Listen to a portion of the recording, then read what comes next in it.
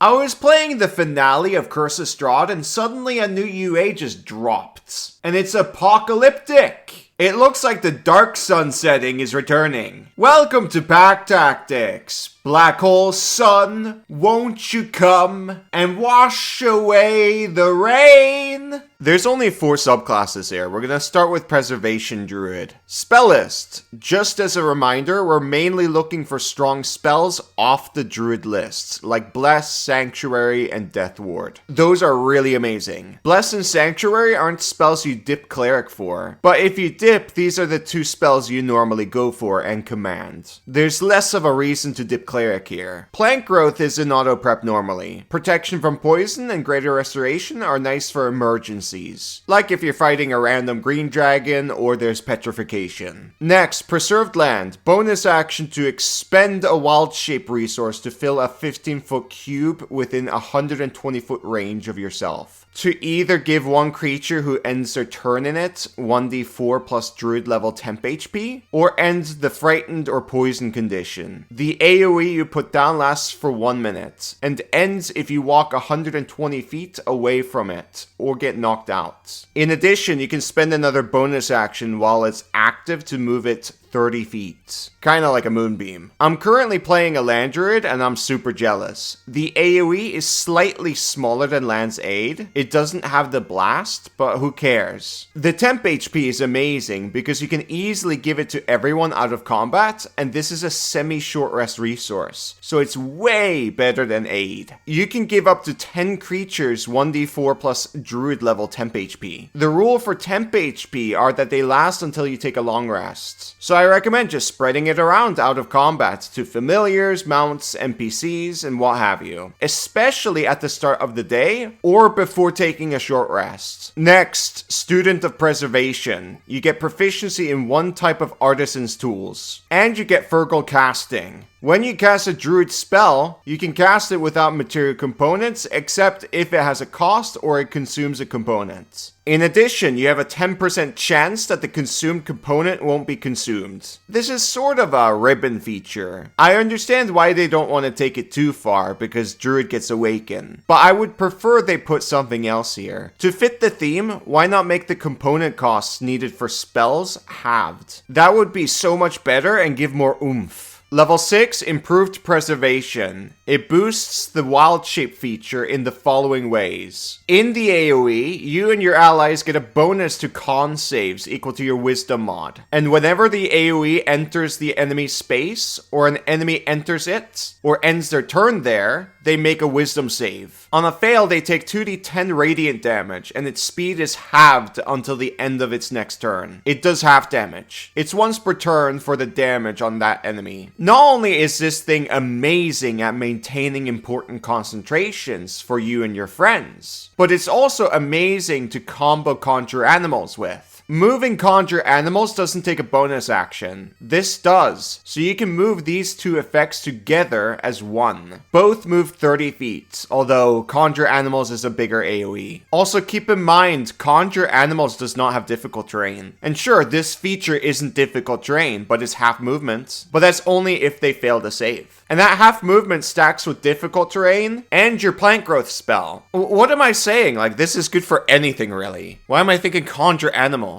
I know a lot of you are thinking grab Warcaster or Resilient Con or whatever. Cast Conjure Woodland Beings. Put this down at your feet and dodge. That way, it's next to impossible for enemies to break your concentration. And you do a buttload of damage. That's a sound strategy. No matter what you do, this feature is always going to be good. You always get back a resource on a short rest. So it's going to be really hard to mess this up, and it's not concentration or anything. Next, level 10, Facilitated Restoration. This is utility, really. You can cast Lesser or Greater Restoration through this feature a number of times equal to your Wisdom mod. And it doesn't cost any material components when you do so. This is a long rest resource. It's nice to have in case of Petrification or something, but it's a bad feature. The Circle spell list already has Greater Restoration automatically prepped for me, and that's more than enough for me. This is overkill Overkill. Capstone, Sacrosanct Land. The AoE doubles in size, and when a creature you can see in the AoE is hit by an attack roll, you can use a reaction to have that damage. I do like the bigger AoE, but it's pretty weak for a capstone. That protection only works against an attack roll. That's not enough, I'm worried about casters at this point. And also, everyone has multi-attack. Anyways, that was the Druid. I really liked what I read all the way to level 6. But this still needs to be in the oven more for higher levels. This is an above average subclass overall. I'll put it in the good category. Land and Moon are still king and queen. Let's jump to Warlock next, because they're always fun. It's called the Sorcerer-King Patron. Your patron is a monstrous tyrant force akin to a demigod or powerful magic user. That's fun. I know Bane isn't a demigod, he's a lesser god. But Bane fits perfectly here. Wait, is demigod and lesser god the same? I don't know. I don't feel like looking it up.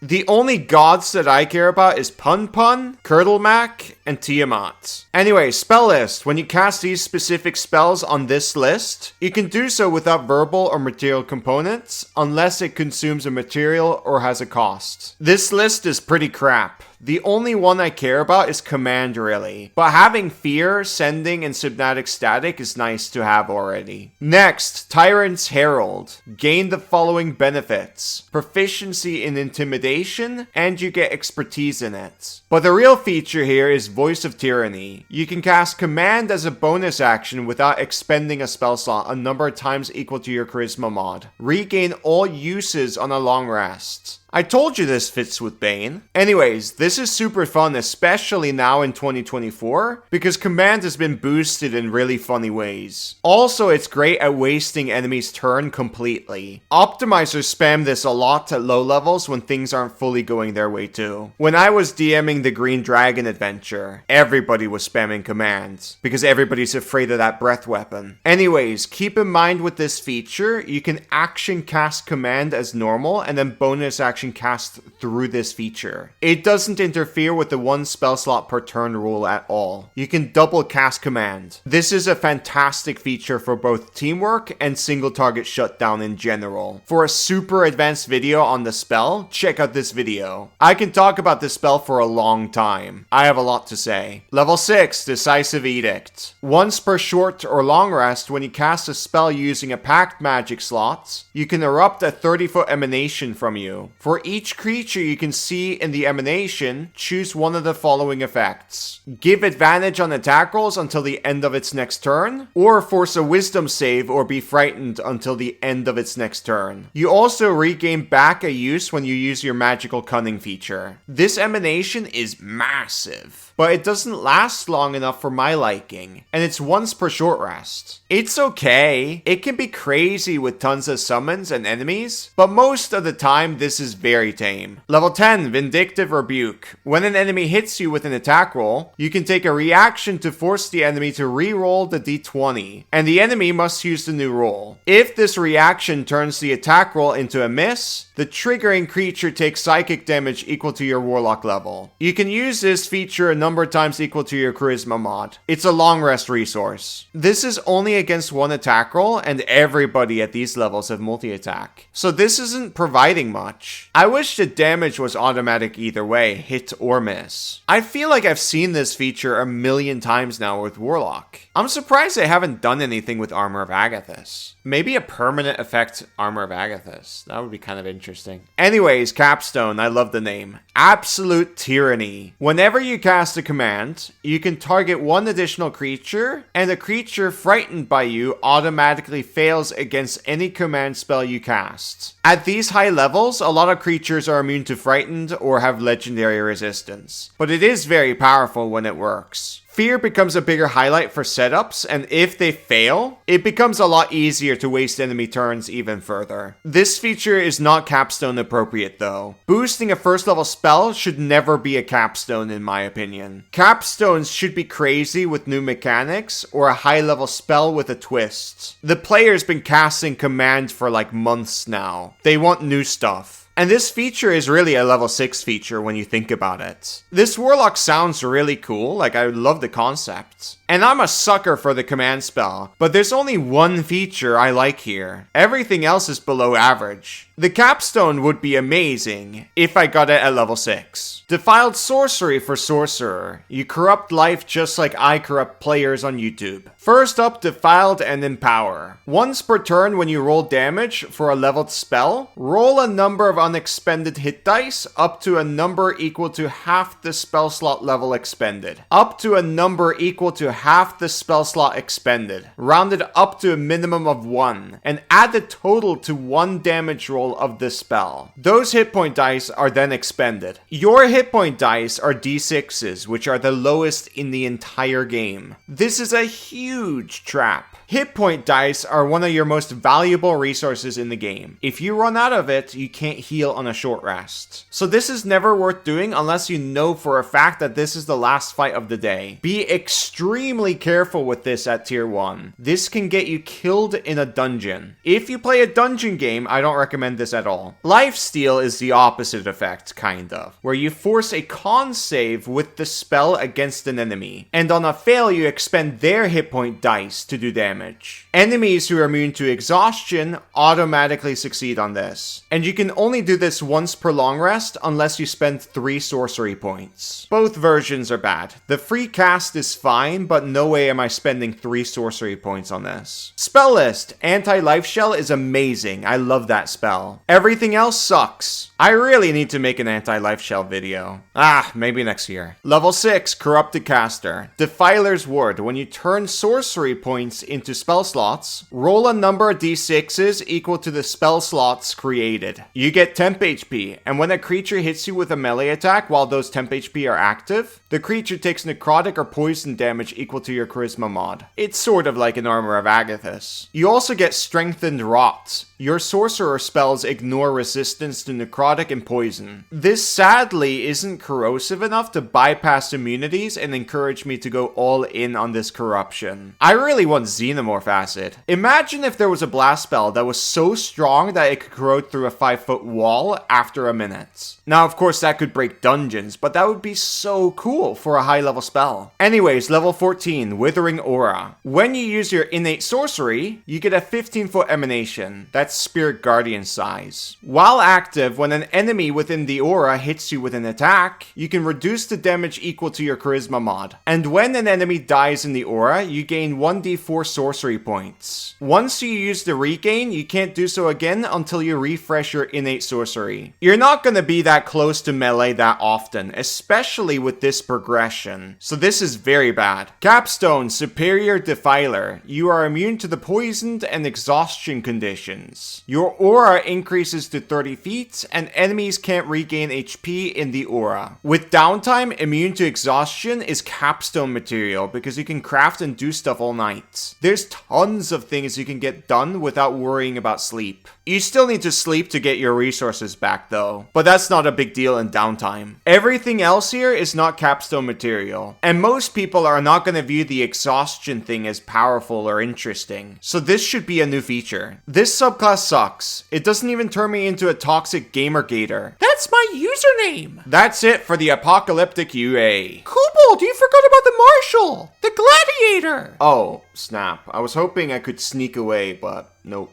Fighter. Oh my, brutality. You've learned brutal martial moves. Once per turn, when you hit a creature with an attack roll using a melee weapon, you can add one of the following brutal effects of your choice. All 3 options do something similar to each other, providing a bonus weapon mastery. Bleed. The sap mastery activates together with your main weapon mastery property, and you do extra damage equal to your charisma mod. Bluff provides Vex on top of your other mastery, and you have advantage on your next save before the end of your next turn. And lastly, Stumble, which is the best one. Topple mastery on top of your other mastery, and the creature can only take an action or bonus action on their turn. You can do these brutalities equal to your charisma mod, short rest resource. I think you should be free to use any mastery you want for free to really sell that you are the weapon master or professional gladiator. You know how to chain different types of combo attacks. Masteries aren't very powerful. Another Another thing you can do is have a list where you roll a 1d8, and whatever you roll, you get that mastery effect if you wish to take it. That way, players won't be able to spam topple every time. But generally, I think a fighter should be able to do whatever they want with masteries. I said that in the 2024 playtest too. This feature sucks, by the way. Next, combat theatrics. You get proficiencies of your choice from that list, and a charisma bonus to acrobatics and athletics checks. These are fairly useful in combat, but it's not really much of a bonus. At best, your mod is 3, unless you multi-class Warlock and really lean into making your charisma your main stat, which is something I recommend you do with this subclass. Level 7, Flourish Parry. When an enemy hits you with a melee attack roll, you can use a reaction to add your charisma mod to your AC. If the attack misses because of the reaction, you can counterattack as part of that reaction with a melee weapon, and you can use your brutality effect on top of that without expending a use. I think this is pretty cool, but it's tied to a resource. You can do it once per long rest or use Second Wind, which is super lame. Just like the other feature, this one can be free. Another thing I should mention is you should have options when it comes to the modifier. You should be able to choose between strength, dexterity, constitution, and charisma. That way, the modifier doesn't stranglehold player options. You'll never see a Druid subclass say, oh, you have to use an intelligence modifier or a charisma modifier. I really don't understand why they do this to Marshall so much. Level 10, Bolder Brutalities. It's what you expect. 3 more options. Rive provides cleave with additional damage to your additional attack equal to your charisma mod. Rush is push, and you can immediately move up to your speed without provoking opportunity attack. That's cool. I like that. And lastly, Stagger provides slow, and the target has disadvantage on the next saving throw. Especially at this level, all of this can be free. Even the rush one, because there's like a 65% chance of that happening. Well, it's actually higher because there's more swings, but it's not a big deal. Level 15, Brutal Resurgence. When you use your Second Wind or Action Surge, you get a brutality back. That's desperately needed, but it's super late. Level 18, Mutality. When you hit a bloody creature, you can force a con save. On a fail, they suffer the following effects. The creature can only take 1 attack with an attack action. Their speed is halved, and they get a -2 penalty to its AC. Again, resource use when it could be free. I don't think it should even force a save. Like, a hit should be good enough. This is a capstone. Everything I read here can just be free. It would be more fun to have access to every mastery liberally. Anyways, I look forward to Dark Sun. I hope they don't hold back on the dark fantasy. I don't really know much about it, but I want them to be brutal. Because, well, it's dark fantasy. Anyways, end the video. Check out the Kobold and Gator dice. Anyways, thank you for watching. Bye-bye!